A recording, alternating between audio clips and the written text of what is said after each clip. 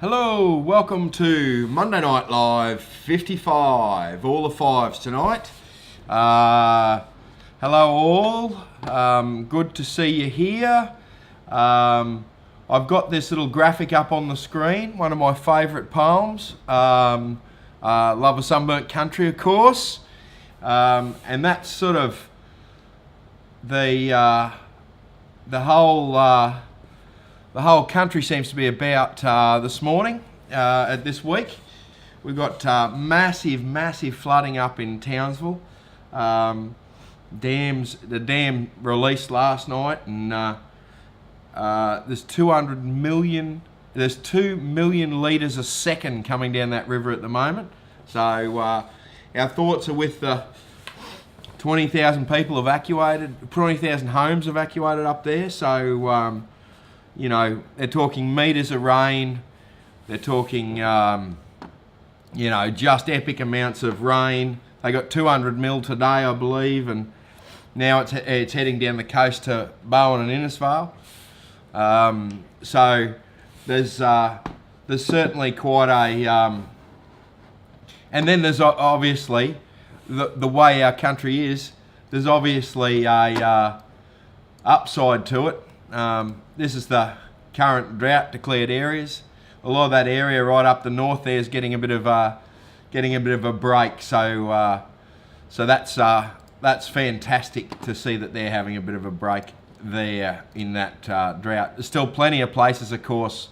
Plenty of places still drought declared, of course. So, but places like Cloncurry and out that way are getting a drink, so that's fantastic. And of course, this is like the weather report tonight, but of course Tassie's been on fire, and I just had a look at the report. Actually, they look like they're getting a break.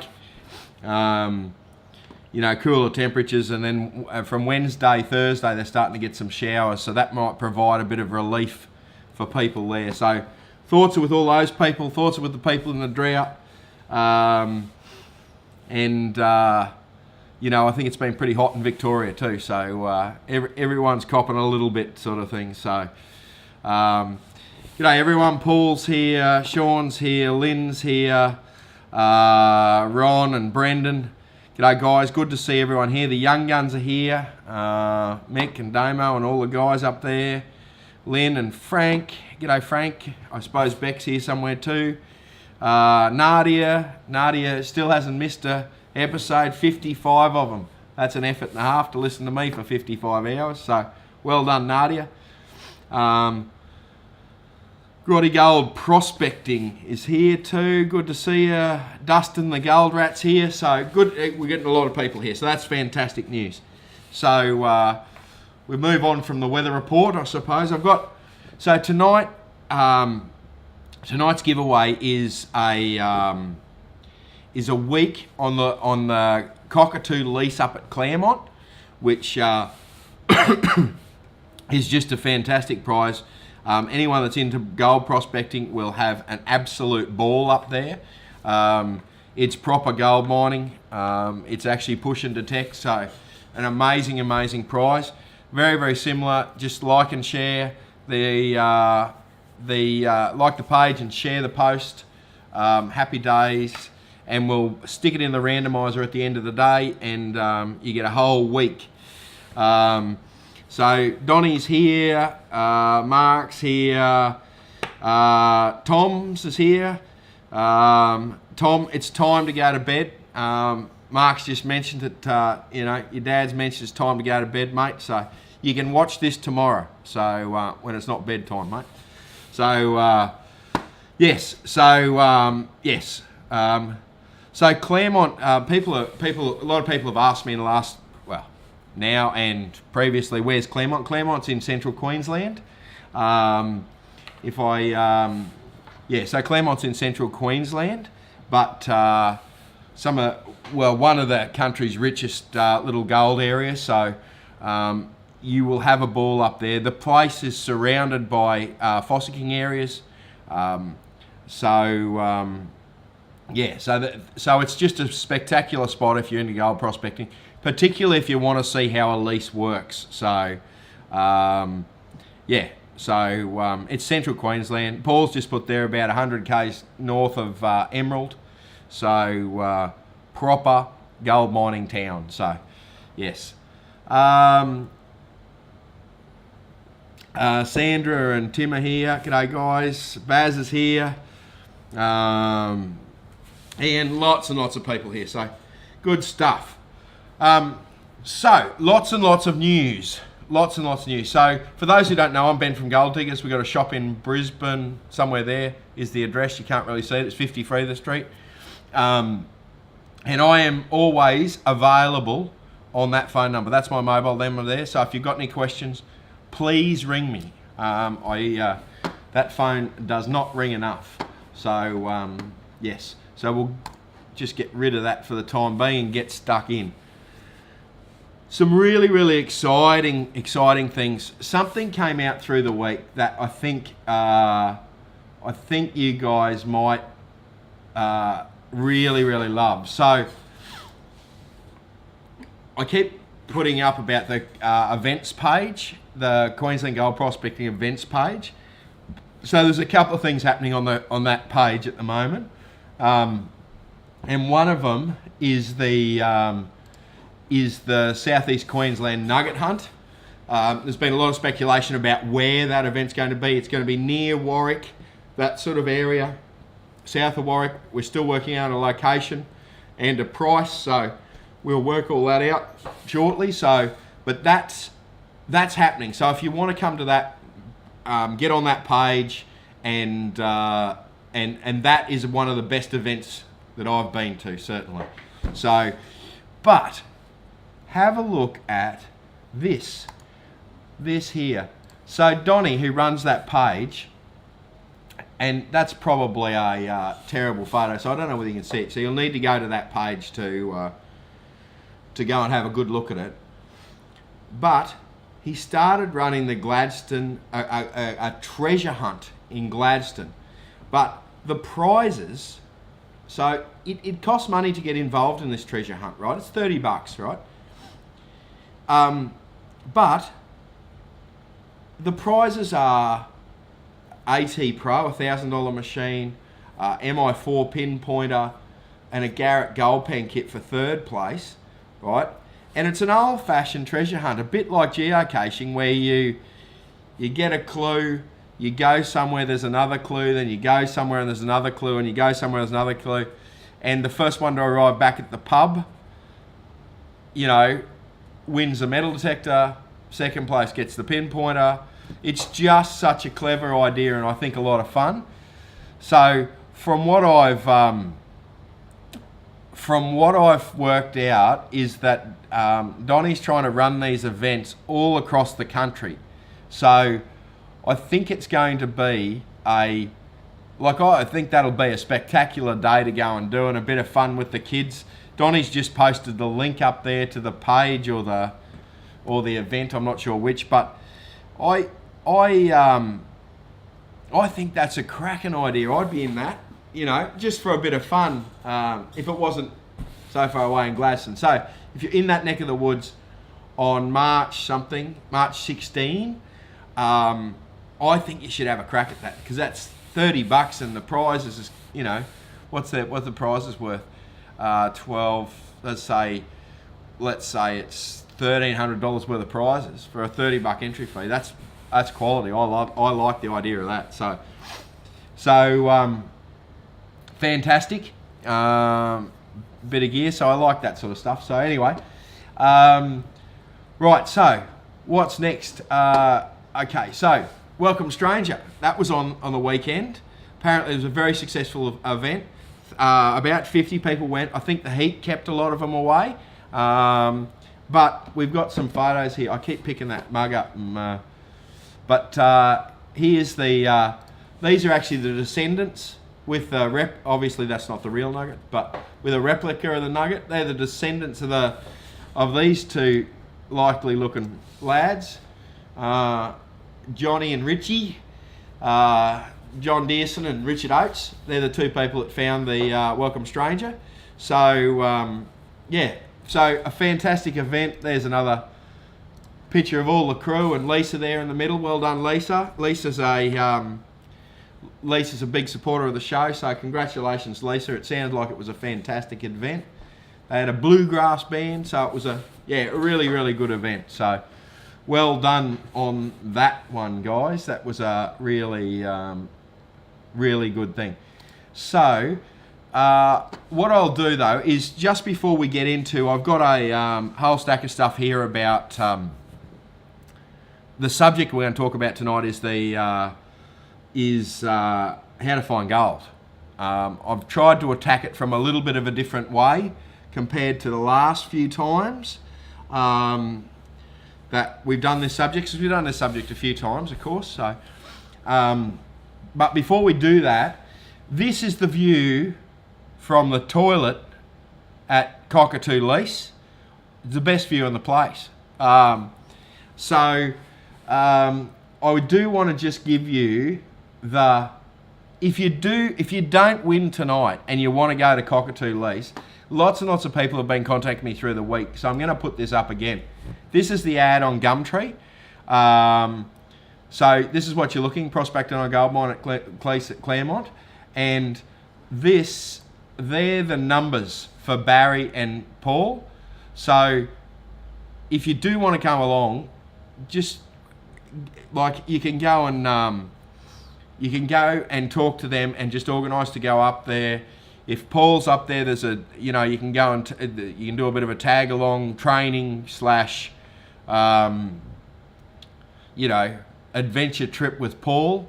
But yeah, give the guys a call. So they're the numbers. I just wanted to put it up again because I've had lots and lots of people asking me about it. So people that missed the show last week might want to go and write those numbers down. So. So lots and lots of fun up there at the lease. You can hire a dry blower. You can lots and lots of detecting. So yeah, so that's where our prize comes from. So you can do all that stuff if you win the prize tonight. So it's worthwhile sharing tonight. So not that it's not worthwhile sharing other nights, of course, but anyway. Okay, so let's just crack on. So I did a little bit of research today, and I got to thinking about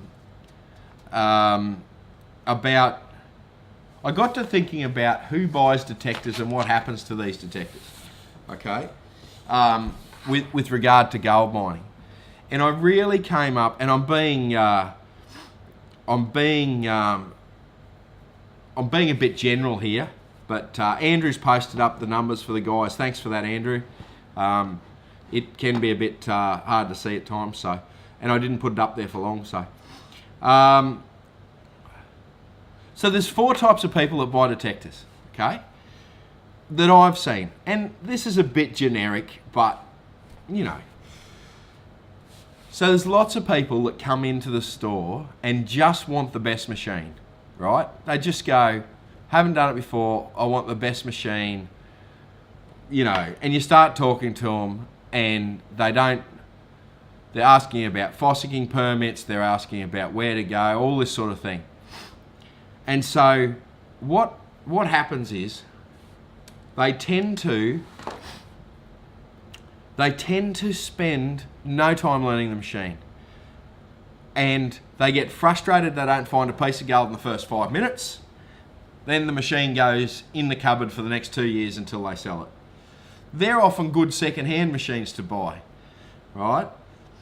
The second group of people that I see all the time is people that just buy the cheapest thing. They'll buy the cheapest piece of rubbish out there, sort of thing, off some of these cheap websites, and they get frustrated because it's not the right machine and can't handle the conditions. So they're the second group. And those two groups of people are the same sort of people. Just one's got some money and one hasn't, sort of thing. So part of this is to inspire you to, if you've got one in the cupboard, get it out and get to know it, sort of thing. So the next group of people are the group of people I seem to get on with pretty well. They tend to they'll buy a detector, they'll buy a sluice, they'll have a collection of gear from different places, not necessarily from me, but they'll have a collection of gear from different places. And they don't necessarily find a whole stack of gold, right? But it doesn't seem to matter. It's all about being out in the bush, having a lot of fun. It's all about the thrill of the hunt. And so they have a great time and stacks of fun because their expectations are very, very low, sort of thing. So they're a fantastic group of people, sort of thing. The next group of people are the people who, the next group of people are the people that they're very, very, there's a very small minority about this, right? And they won't buy anything, right? They'll just research the heck out of an area, and they'll come and they will ask a zillion questions, and they'll bring you samples of the ground, and they'll have a little pan sample. They might have a gold pan, and then what they do is they go, right, I know I've got nuggets in that area, or I know I've got flour gold in that area, and they come in and they buy a specific machine, whether it be a high banker or a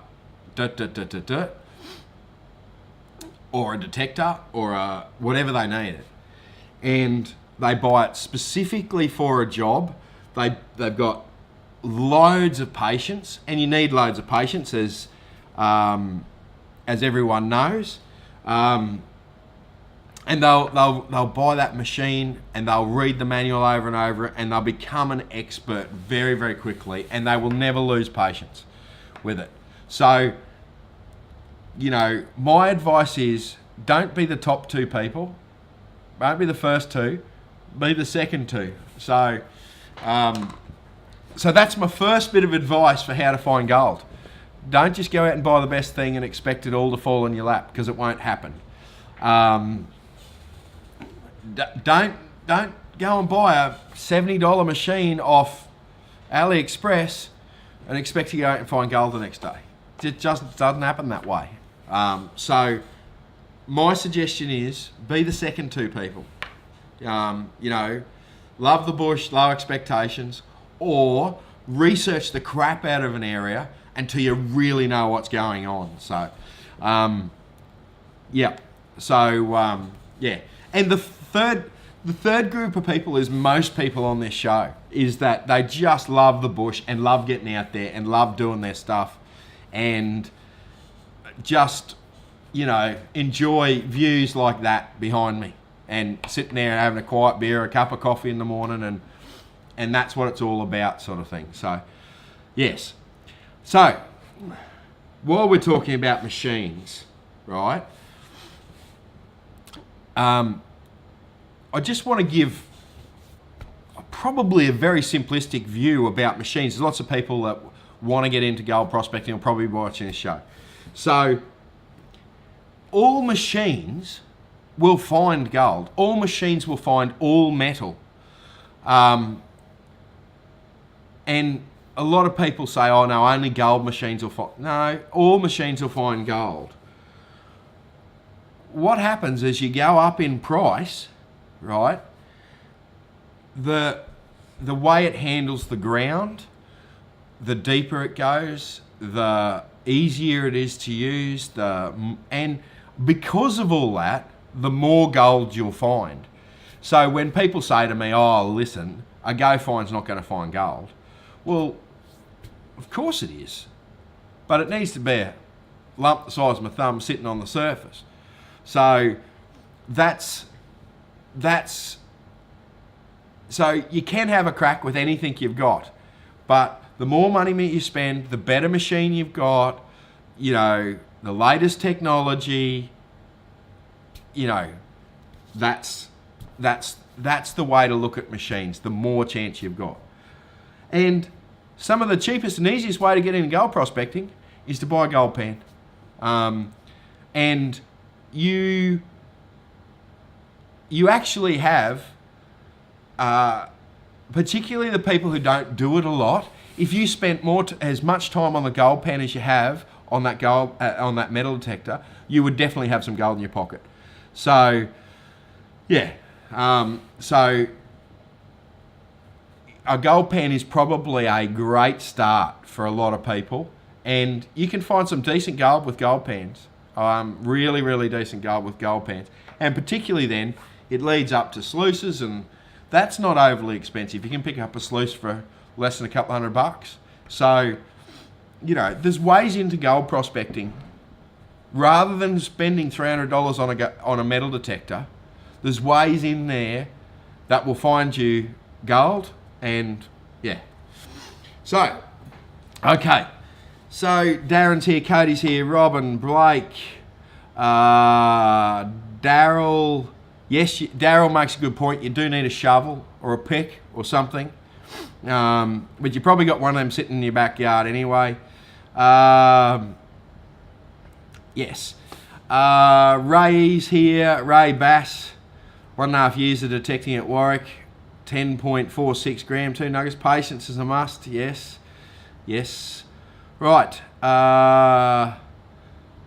Yes.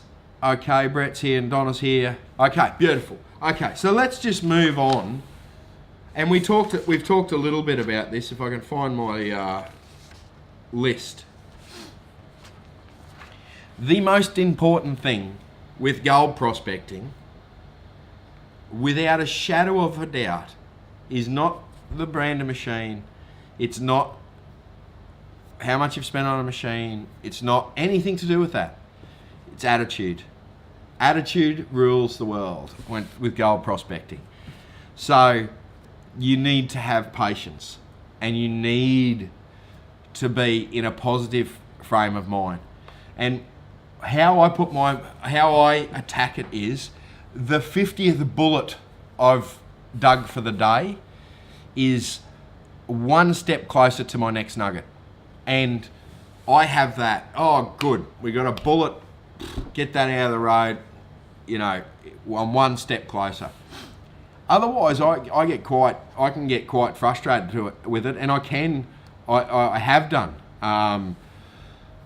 So that's the way I approach it, and go, right, one less. And if your mindset's right and you're concentrating, so for instance, up at Claremont there, you could really,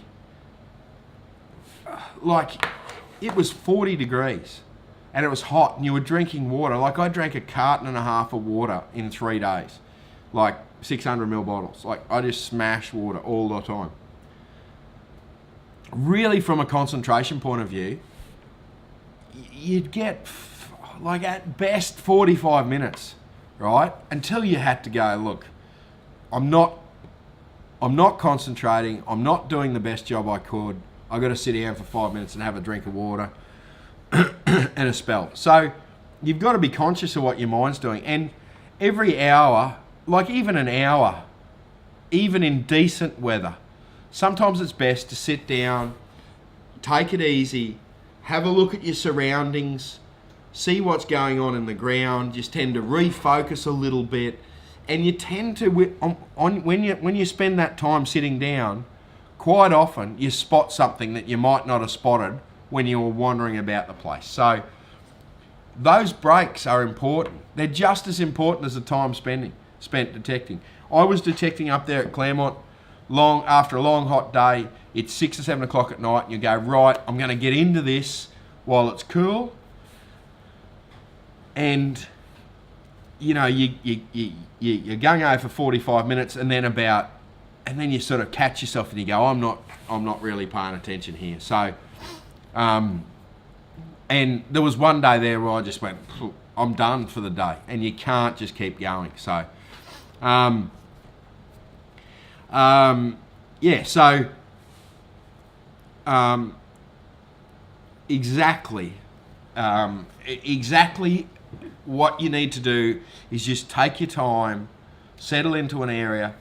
And our biggest problem with that Claremont trip is I left here Wednesday at 3 o'clock in the afternoon. I got to Claremont at 10 o'clock the next morning, right? And so we had 2.5 days there. You were already knackered. It was 40 degrees. I did an air conditioning belt on the way up, which really sucked. So I sat in that heat all the time. So just, you know, you've got to give yourself time. That was too quick a trip. We couldn't get dialed in the ground. We were tired from driving overnight. Dustin and I both drove overnight to get there. So it was, that's what happened. We only found a small amount of gold. So because we weren't dialed in, it was hot, it was da-da-da-da-da. But that's gold prospecting sort of thing.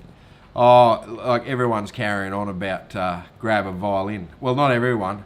Donnie is, but that's what gold prospecting is about, sort of thing. So you are much better off to spend 2 weeks in an area and relax into it, and you do your best detecting that way. Okay, so that's a little bit about attitude and mindset. So we've had a few latecomers come in. So I'm Ben from Gold Diggers. We do this is Monday Night Live, and we do this every Monday night. This is the 55th, all the fives.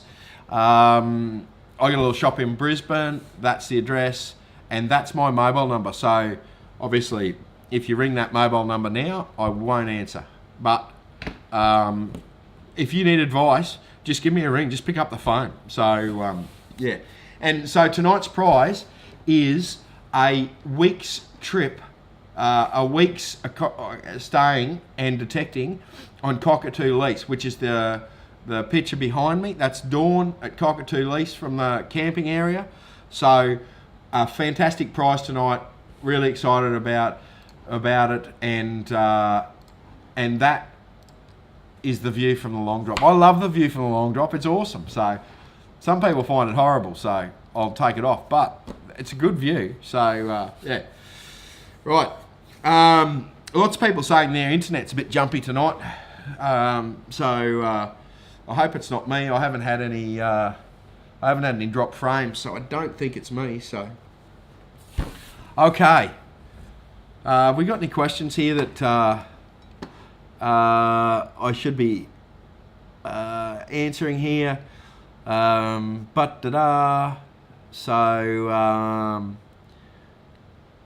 yes. So right. Okay. So yeah. Okay. So there's not too many questions there I can spot. So there. So. But okay, so you want to get into gold prospecting, or you haven't had much success. Okay, so attitude's the first thing. The next thing is research. Now, so when we're talking about research, and I've just seriously scribbled a list here. I should have put it up on the screen, but of all the websites you can go to get information. So I'll just rattle through them quickly, and then I'll put them up in the links afterwards. I'm just sorry. I've just had to pause there. Nadia's got a question, and I surely Nadia, after 55 episodes, this has got to be better than Married at First Sight and My Kitchen Rules. Seriously, wow. Huddy, Nadia wants us to shift back to Friday night so that she doesn't miss her TV shows. Married at First Sight. That's you know, I've almost taken offence to that. So yes. Anyway, yes. So okay. Okay. So I'll just rattle through these, and I can certainly help with all these websites. So if you've got questions, or Nat can, who works at the store. So if I'm not available, Nat can do it. She is the guru on online. So Nat can certainly help with that as well as what I can. So for Queenslanders, the Mines Online site is a must-have, right? If you're not on Mines Online and you're into gold prospecting in Queensland, you should be. New South Wales has got its own version. It's got so the Queensland version has got has got a lot of information piled into one. So it's got the geological maps all in there, as well as the old historic mines and all that sort of information. So whereas a lot of the states, like the New South Wales, Mines in New South Wales just talks about the mines and the current mines, where there's mineral deposit maps as well for New South Wales. And of course, Victoria's got GeoVic, which is the geological Victorian maps. Look, I think, hang on a minute, what's going on here? People are talking about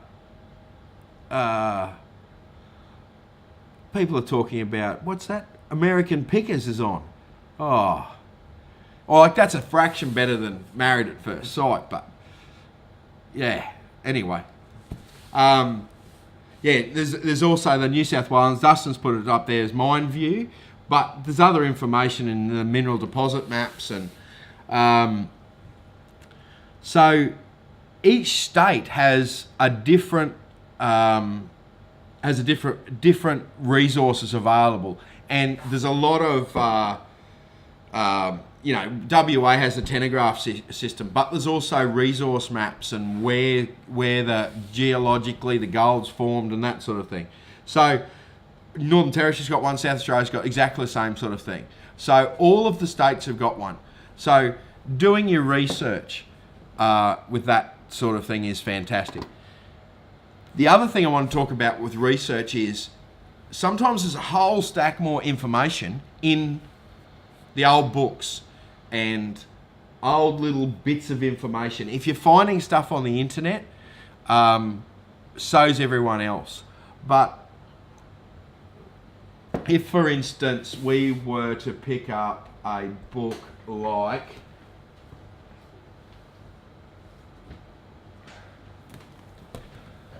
this, Prospecting for Gold, Ian Idris, right?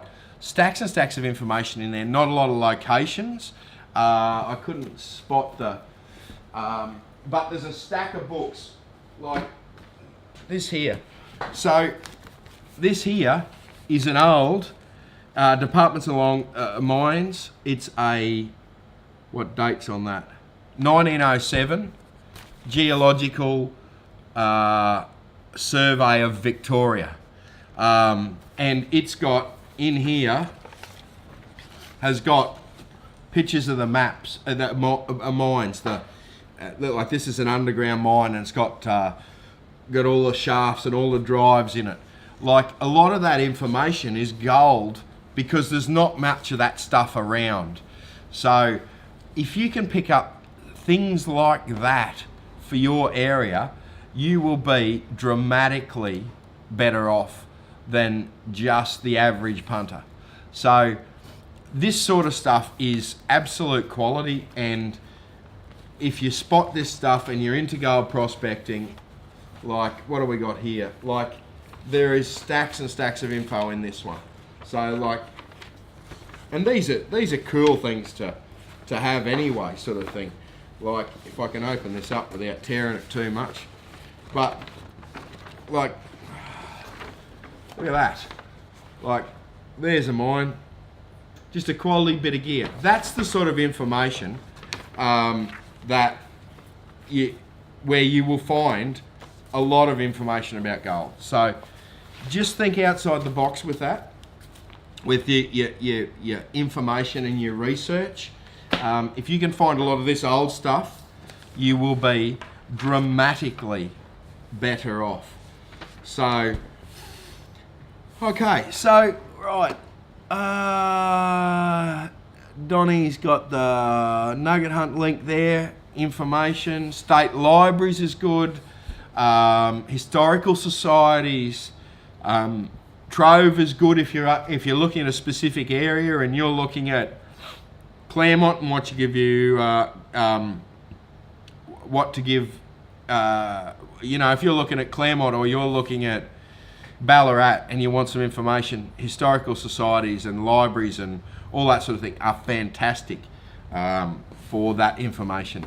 So there was a question here about, Peter, can you give me some advice on how to chain an area? I've just found a motorbike chain which I set up with a cord used to drag behind me to grid an area. I've never done this, so I appreciate some advice. No problem at all, Peter. We'll get to that in a minute. Actually, I was going to talk about that. Lisa also asked, do I have to put the sensitivity up flat out because I was hot? I didn't want to dig to China. Is sensitivity basically less depth? Virtually, but as you turn the sensitivity down, like as the ground, and most machines, as the ground can handle that sensitivity, if you turn the sensitivity too far down, you're also turning down the sensitivity of the smaller targets. So just be a bit careful if you get too low, and we're talking below half, you're starting to turn down that sensitivity of below half. So yeah.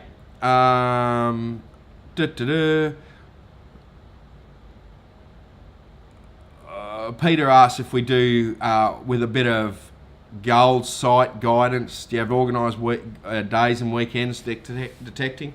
We are looking at doing some organised trips. We are doing days locally, Peter. The big events like the Southeast Queensland Nugget Hunt is great because you get a lot of different advice from a lot of experienced blokes. So I would suggest something like that. There's events like that in Victoria. So yeah, we do. With our detectors, we send you with our gold detectors. I haven't got one here, I don't think. No, it's disappeared. With our gold detectors, you actually get a USB in the shape of a gold bar. And on that USB is 45,000, might be more, 40, 50,000 waypoints of all the historical mines in Australia. That's not for sale. I just send it out as a little gold nugget, as a little present. So, so that's a good starting point. And the reason I don't sell it is because a lot of that information is on your mines department sites in each state. So I feel guilty about selling it when the information's there freely. I put it on the USB stick and send it out as a little bit of an extra. Makes life a bit easier. You can just instantly load them on Google Earth. Away you go. So no, I won't sell them, but you can get onto your local mines department and they've got that information there. So that's fine. I'm a stack of comments here behind. How did I get so far behind? Oh, Johnny's here. G'day, John. Johnny picks up a lot of old books at second-hand shops. I do the same. I've got to deal with don't bother coming to the YMCA op shop just up the road from the shop here in the same complex. I've got to deal with them at any geology books or anything to do with mining or anything like that.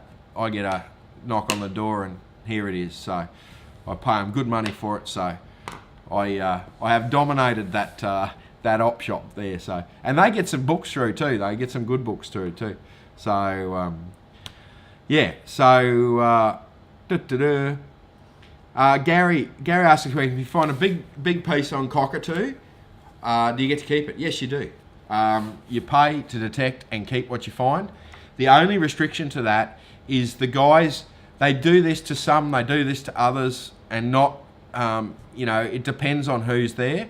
But where they're doing the push, sometimes, if you ask nicely, they'll let you detect the push area. Obviously, that's a commercial operation, so you don't get to keep that gold. But if you, certainly, if you're detecting on the lease, happy days. So, right. Let me just... Martin asked, how wet is Claremont at the moment? I don't know. I don't think it's that wet, although the from what I can tell with the weather forecast, it's actually travelling south.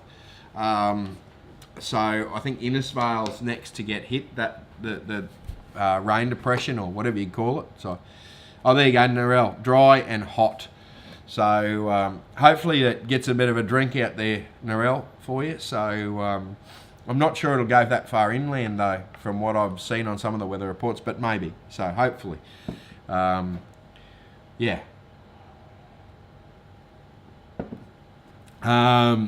Right. Yeah, well, why don't we do one tonight? Why don't I give away a few USBs tonight? We'll give away 3 USBs. How's that sound?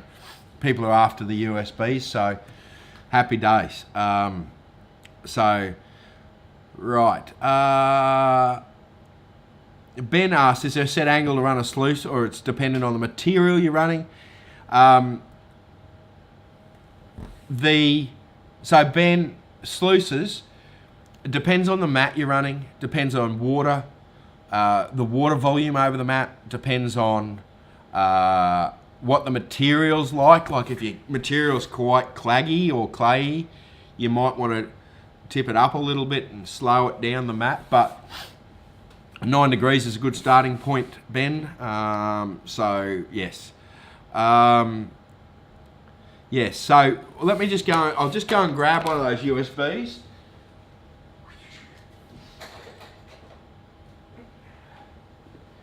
Here they are.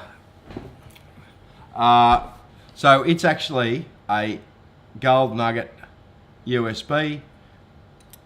You push out the USB. So they're actually pretty cool. They're only small. I think they're only 120 megs or something like that. So you can't put a whole stack of information on them. But they're a little gold bar. So we'll give away a few of them tonight, sort of thing. So as well as the week at Cockatoo lease. So excuse me. Okay, I have lost where I am answering all these questions. Yes, yeah, so that's the USB there. I'll do 3 of them tonight.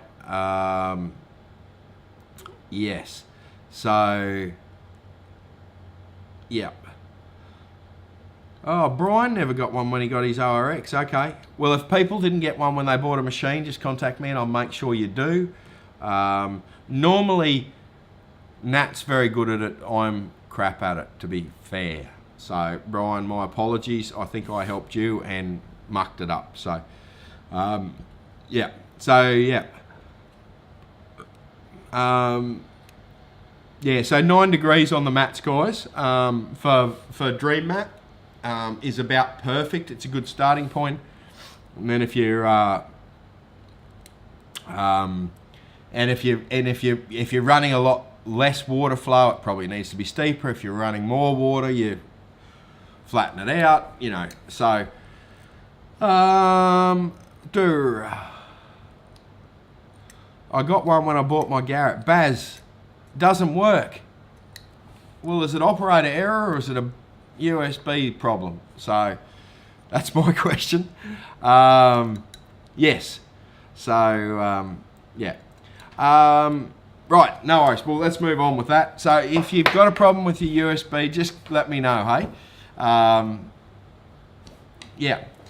So Reese asked when are you at the shop? I'm normally here Mondays, Wednesdays, Thursdays, Fridays, and depending on what's happening that week, and whether I'm out and about, normally Saturday as well. Yeah, so okay, so people are there's any suggestions where to detect in the Northern Territory? Yeah, go south.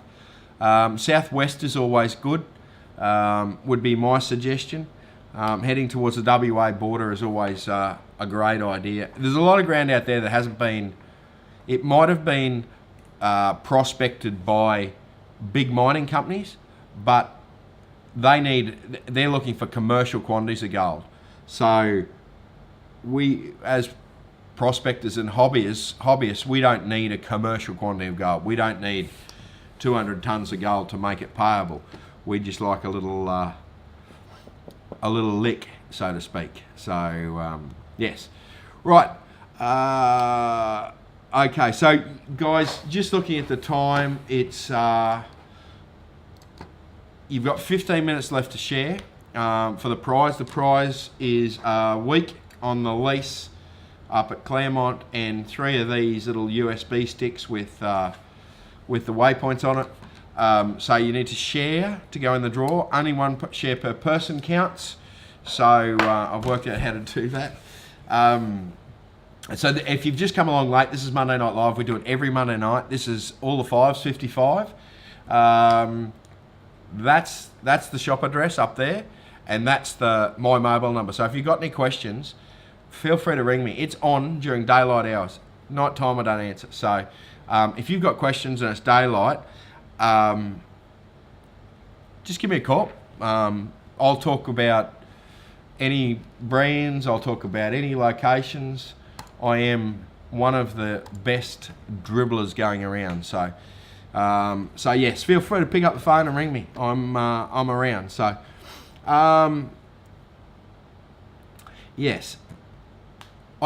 Andrew asked, is the Palmer getting affected? I don't think the Palmer, I think it's further south than that, but I could be completely wrong. Yes.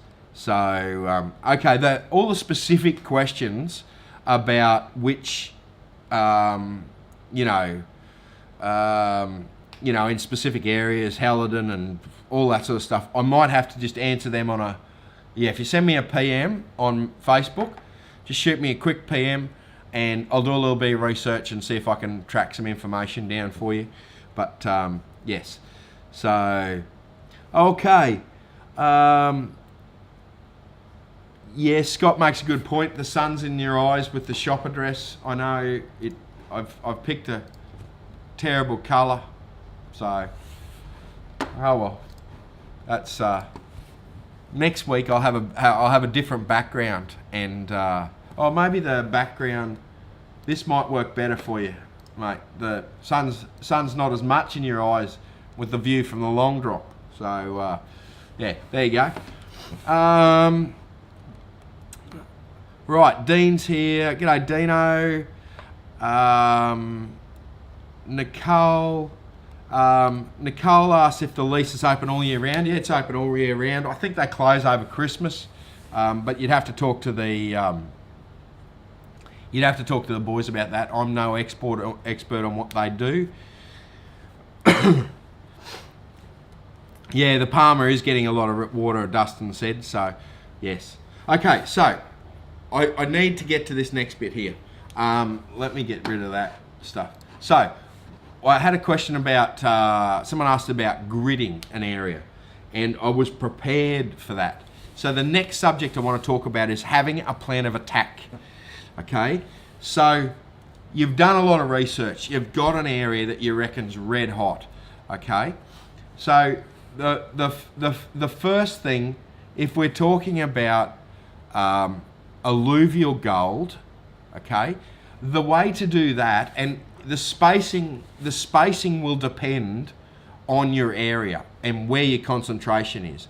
But you really need to do a grid pattern like this, right? And whether they're 2 feet apart or 200 feet apart, do a grid pattern and take samples in different areas, okay? Then work out a way to look at the results. If you're looking at an alluvial area, right, you might count pieces of gold in the pan, and then put it on a bit of paper or put it on your GPS so you can see that running through this area here, there's a run of gold. If you're just pan here, pan here, pan here, and don't really know what's going on and you can't see it laid out for you, sometimes it's very hard to work out exactly what's going on, okay? So that works really, really well for alluvial. So you might measure it out with the GPS, take your sample, pan it off, or dry pan it, whatever you need to do, and do that. So for an area that you really want to have a good look at, just run straight lines with your detector, okay? And if you want to be really thorough, come back the other direction, okay? So as you're chaining it, normally with a chain, normally you just tie it on your belt and let the chain drag behind you. Normally that's enough to mark the ground. It depends on the ground conditions whether you need to do it with a GPS or whether you need to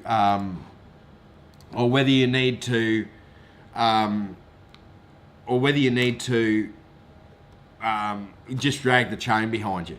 So a lot of areas, if you drag the chain behind you, you won't see it. So particularly Victoria. So where there's a lot of grass cover, like in Victoria, it's like in places it's beautiful. It looks like a park. So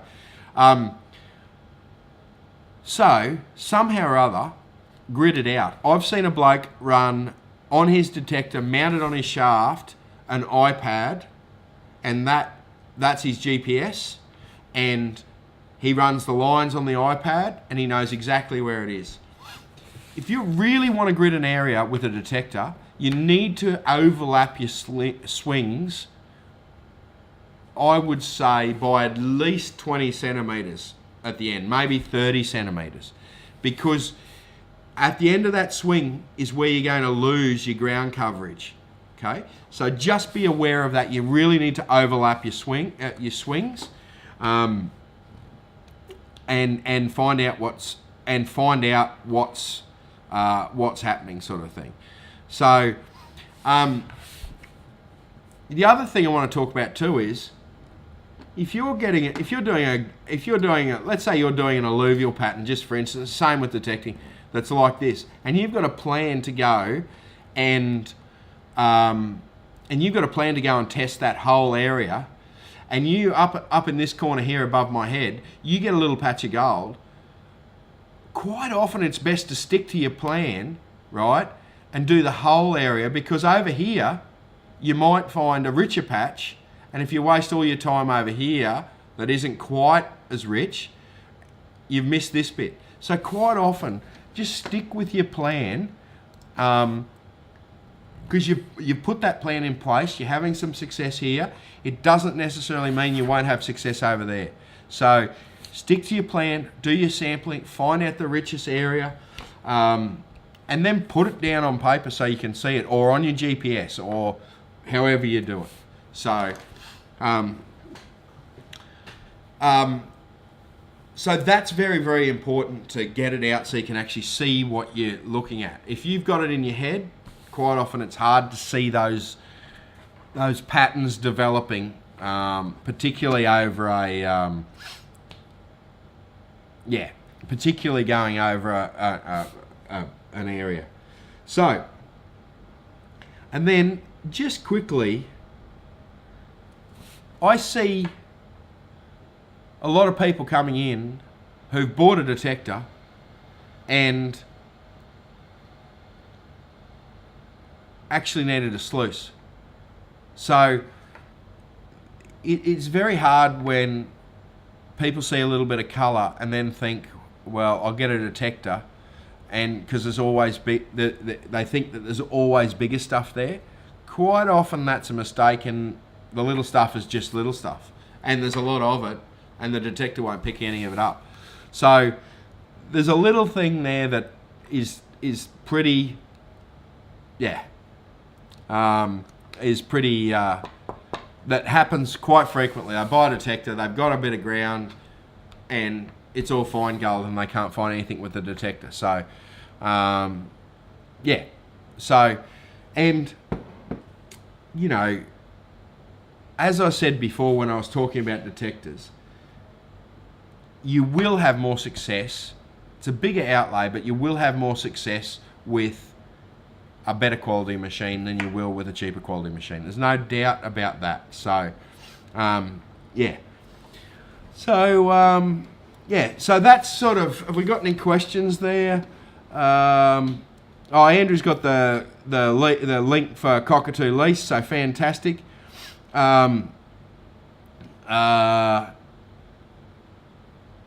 Yes. So Paul's made a good point here that chaining is quite it leaves a lot of marks behind, so people can follow you up pretty well. So, Jade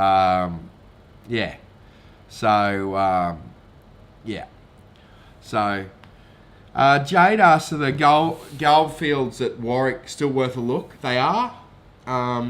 There are bits coming out of there. I think over the 20 years I've been going out there, they're getting substantially less, but there's always fine gold out there. Certainly you've got to think outside the box a little bit out at Warwick. And my advice to people when they go out there is have a look at the structure of the ground where you know they've found gold, and then see if you can replicate that somewhere else that's not as popular. So, for instance, there's still stacks of areas in Warwick that are full of bullets that hasn't been detected, right? The areas that have produced gold have have no bullets, whereas there's still lots of areas in the Fossicking area at Warwick that's full of bullets that hasn't been thoroughly detected.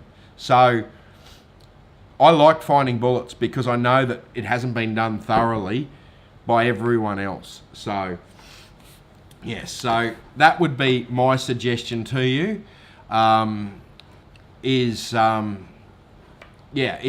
actually, go to the areas that have got rubbish in it and dig a stack of rubbish, particularly in heavily worked fossicking areas. It's a sure sign that it hasn't been done thoroughly, because normally, if you find a bullet, normally it goes in the pocket. Most people stick it in their pocket. So, that would be, that would be my suggestion to you. Particularly those really heavily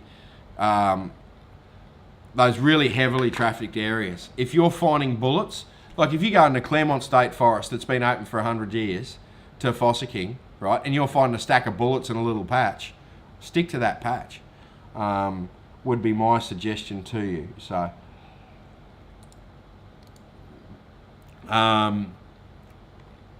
right, so let me just, I'm just setting up the randomizer. If I look a little bit distracted, so people are finding, people are saying that they've found, a stack of a stack of stuff near junk, and quite often that's how it works. Like, it really is how it works. So, so I know I've got to talk to Rodney, but Rodney mentioned that he walked one of the Rodneys. I won't tell you which yet until I get permission to tell the story. But he walked only a couple hundred metres off a track and found a decent patch of gold just by using that. Look where the gold's been found previously, and if you spot that in another area, it's worthwhile investigating another area. So I've got a couple of spots on the way back from Claremont that I need to pull up and spend some more time at. So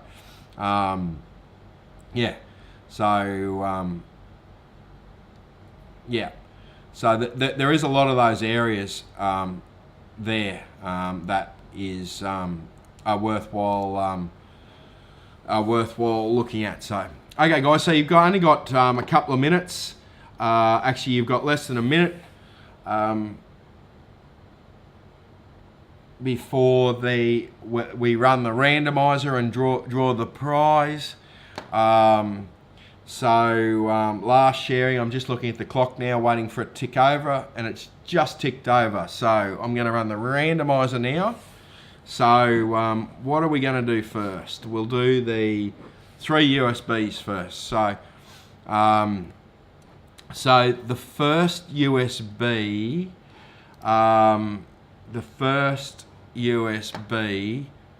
will go to David. David's Batman's Bay by the look of it. David, congratulations, you got a USB that's jam-packed full of waypoints. Okay, let's just run this here again. Okay, so Trialee, I'm not even going to try and pronounce your last name at all. She looks like I don't know where she is from, but congratulations, you've got that was a terrible pronunciation of your name too. I apologise about that, but you've won this, and I think, yeah, well, let's just move on from that. And Leanne, where are you from, Leanne? I don't know, it doesn't show me. So Leanne, congratulations, I'll contact you straight after the show. And then for the prize for the week's camping and on the lease at Claremont, it goes to, let me just run this here. It goes to Ed Dean. Ed, congratulations, mate. Where are you from, Ed? I hope you can make it up. I'm not sure where you are. It looks somewhere in Australia, I hope. But congratulations, Ed. You've won the prize for the week at the lease. So I will contact you straight away after the show. Leanne asks which Leanne. There are two on here. It's Leanne Middleton Fisher. So congratulations, that Leanne. Commiserations, the other Leanne. So yes. So congratulations, everyone. So next week, again, I have no idea what's going on. I'm a bit underprepared. I'm actually waiting on, I want to have a chat to a person to see if we can get a special guest, a offsider for next week. So, and that will depend on what we talk about, of course, what that person's speciality is. I know we've got Craig coming back on. I think Craig's on the 18th, which is a couple of weeks' time. We'll do something about some relic stuff then. So we might do beach, or we might just do, if I get a stack of questions, I can do that. So thanks very much, everyone.